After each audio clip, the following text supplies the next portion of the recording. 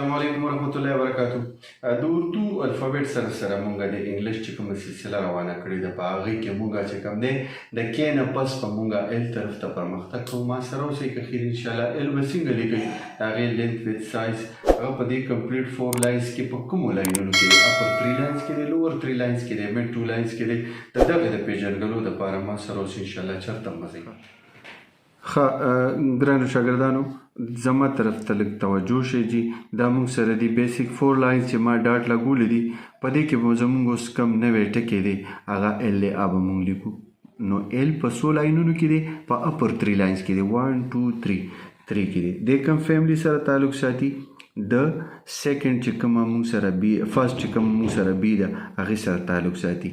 د دې ځینه به چې کوم دی قلم کې دی او بره به لاړ شي، ټاپ لاین به ټچ کوي، واپس هماغه لکه چې بي څنګه لیکل کېږي هماغسې به ولیکئ. خو تر دې چې راشي دلته به مونږ بي کې یو ټای ورکوله، یو سترګه هم جوړوله او دی به مونږ د دې مډ 2 لاینز تر منځ چې کوم دی څه کو ریسټریکټ کړو. دا به مونږ سره یو نوی ټکی جوړ شي او دې ته مونږ ویلی شو ال. دا ملا باندې لږ ټاټ کېدل، دا یو دې کې دلته دا سترګه جوړېدل او دا یو چې کوم دی د دې جویننګ ټیل او دا جویننګ ټیل، دا به د دې سپیسیفیکیشن وي. نو دې ته به مونږ وایو ال.